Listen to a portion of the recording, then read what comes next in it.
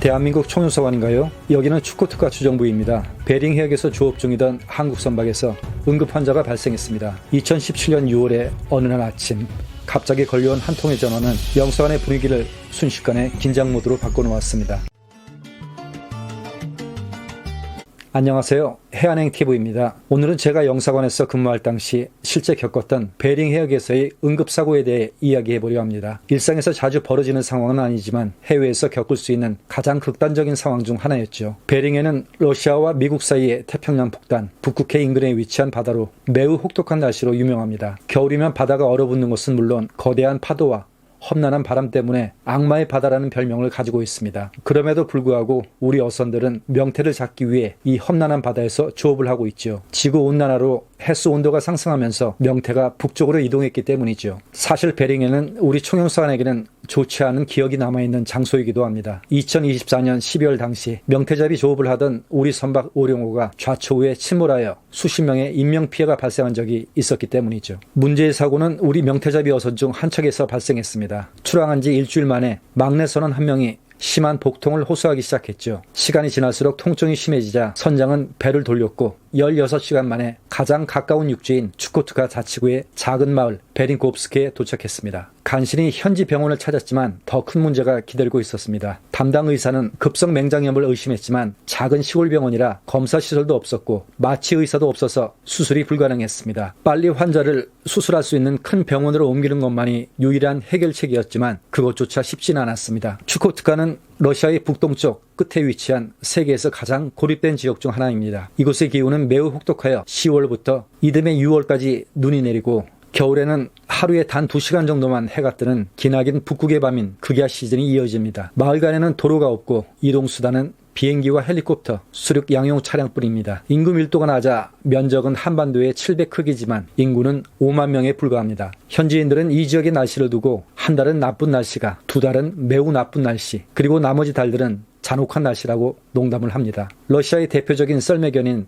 시베리안 허스키가 바로 이 지역에서 유래된 견종이지요. 이렇듯 척박한 땅 추코트카에서 환자를 더 큰 병원으로 옮긴다는 것은 결코 쉬운 일이 아니었죠. 바로 그 시점에 추코트카 주정부로부터 영사관에 연락이 온 것입니다. 우리는 즉시 사건 담당 영사 주재로 긴급회의를 소집했고 각자 역할을 분담한 후에 곧바로 구조 작업에 돌입했습니다. 저 또한 베링해에서의 응급 상황은 처음이었지만 최우선 과제는 환자의 생명을 구하는 것이었죠. 시간은 촉박했지만 상황은 복잡했습니다. 평소 같으면 담당 영사가 파견되어 모든 일을 직접 처리하지만 현지까지 바로 갈 수 있는 교통편이 없었기에 우리는 현지 주정부에 의존할 수밖에 없는 상황이었습니다. 유일한 방안은 수술이 가능한 주립병원이 있는 수도 아나데리까지 신속하게 이송하는 것이었죠. 하지만 당장 시급한 문제는 헬기 이송 비용 문제를 해결하는 것이었죠. 환자의 생명이 달린 문제라 망설일 시간이 없었기 때문에 곧바로 한국 본사에 연락하여 상황을 설명하고 헬기 비용 지원을 요청했습니다. 고맙게도 신속한 지원 의사를 약속받았습니다. 즉시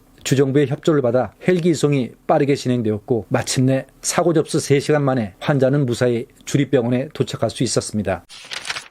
검사 결과 환자는 예상대로 급성 맹장염으로 밝혀져 바로 수술에 들어갔고 다행히 수술은 성공적으로 끝났습니다. 일단 급한 불은 껐지만 여전히 해결해야 할 일들이 남아 있었습니다. 우선 주정부에 요청하여 한국어 통역을 급히 확보하고 현지 여건상 쉽진 않지만 선박 대리점을 통해 가능한 환자의 입맛에 맞는 음식을 찾아 제공할 수 있도록 모든 지원을 요청하였습니다. 다행히 환자는 빠르게 안정을 되찾기 시작했고 출국 시까지 건강 상태를 지속적으로 체크했습니다. 하지만 환자의 안전한 귀국을 위해서는 아직 한 가지 더 추가적인 조치가 필요했습니다. 추코트카 전역은 국경지대로 지정되어 있어 이곳을 방문하기 위해서는 외국인은 물론 다른 지역의 러시아인조차 관계기관의 사전 허가가 필요합니다. 러시아 국경관리 당국과 접촉하여 환자의 상태가 안정되면 신속히 한국으로 돌아갈 수 있도록 합법적인 임시 체류 허가를 취득하고 안전한 귀국을 위한 항공편의 체크도 병행해야 했습니다. 영사관 직원 모두 사회주의권 특유의 고질적인 늦장 행정 처리 문화를 잘 알고 있었기에 모든 절차가 차질 없이 진행되도록 끊임없이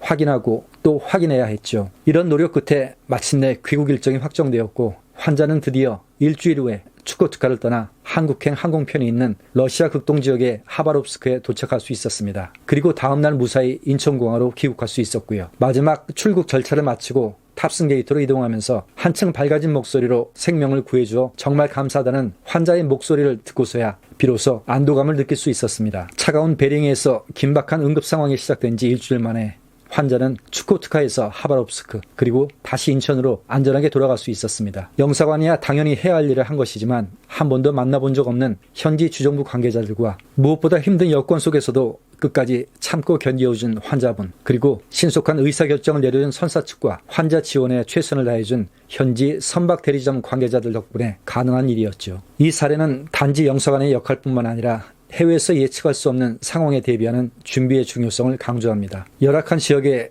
의료 인프라를 이해하고 긴급 상황에서의 신속하고 정확한 상황 판단과 의사결정이 무엇보다 중요하다는 점을 다시 한번 인식할 수 있었죠. 이러한 경험을 통해 우리는 더 나은 대응 매뉴얼을 만들게 되었고 앞으로 유사한 상황에서 더욱 효과적으로 대처할 수 있는 기반을 마련할 수 있었습니다. 이는 우리 영사관뿐 아니라 다른 재외 공간에서도 유용하게 쓰일 수 있는 중요한 자료가 되었습니다. 머나먼 베링에는 이제 우리에게 단순한 어장이 아니라 용기와 협력을 상징하는 기억으로 남았습니다. 저의 기억으로는 그때 그 환자는 첫 번째 항해에서 응급사고를 당한 것으로 알고 있습니다. 그때는 비록 막내급 선원이었지만 아마도 지금은 능숙한 중견 선원으로 성장하여 드넓은 오대양을 누비고 있지 않을까 생각해 봅니다. 오늘 영상은 여기까지입니다. 오늘 영상을 재밌게 보셨다면 구독과 좋아요 부탁드립니다. 고맙습니다.